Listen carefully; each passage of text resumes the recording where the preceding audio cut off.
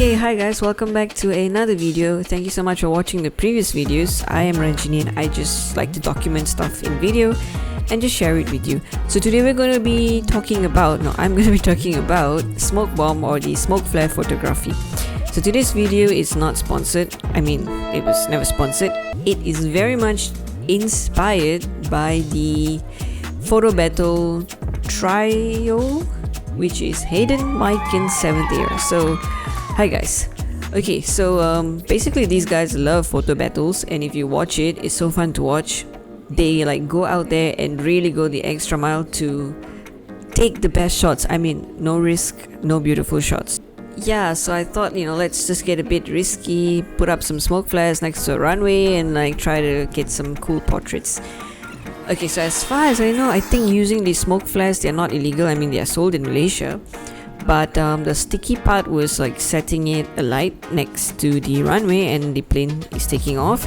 I don't think it's that significant to cause turbulence or obstruct the pilot's view, but there was a road like parallel to the runway, so yeah, may have caused a bit of a smoky, colorful disturbance to the ongoing traffic. So yeah, I apologize for that.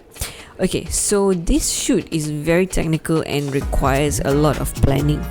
But then again, however much you plan, also sometimes it's just doesn't go to plan. So what did I need for this shoot? Well, basically the flares, Sigma 35mm 1.4, a stick or a pole in case it gets a bit too hot, because some of the flares that I've used before, it can get really hot to touch, and then a string and as well as a lighter.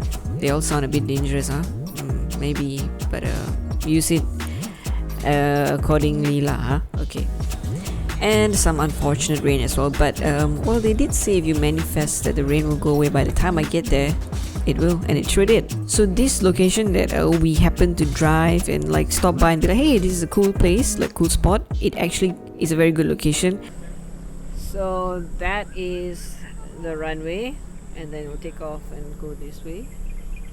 To get a couple of dope shots, you need a bit of a wide angle lens because the plane is taking off really fast above of you, and you got to maneuver your position a bit, not a bit, all the time according to the direction of the plane. Yeah, they're taking off at about 240 kilometers per hour, I think. So you got to be really quick, and with all the technicalities involved, it's not easy. Okay, so the first rounds obviously wasn't so fab lah. I mean, because we're still getting the hang of things and like looking at flight schedules and when's the next flight taking off and things like that. But as we got the hang of it, I will share a bit of experience or some tips on how you can go about shooting with it. So firstly, your model needs to be comfortable with having that flare in his or her face, holding it, posing it, and yeah, clearly we aren't models for starters, so that itself is a big challenge. But yeah.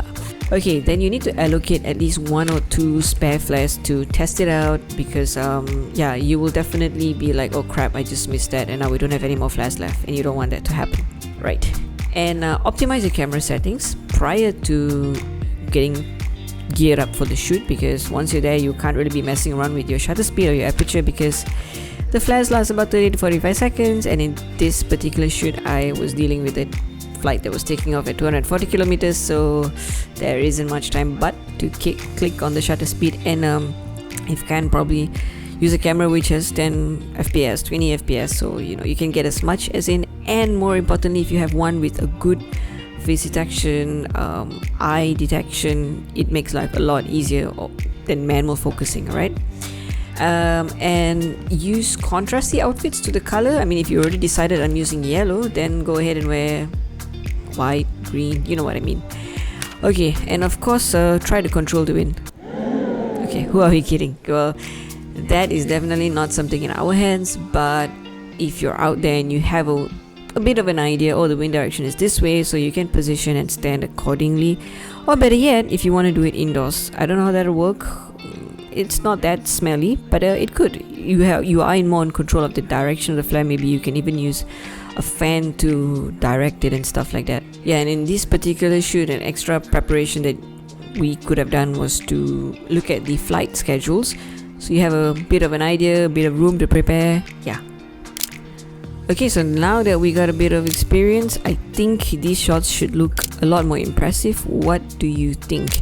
And also another note, these colors actually lasted about 45 seconds. I was rather impressed, and the packaging didn't heat up. I mean, it was still holdable. So thumbs up for this. I will link it in the description in case you want to go and check it out.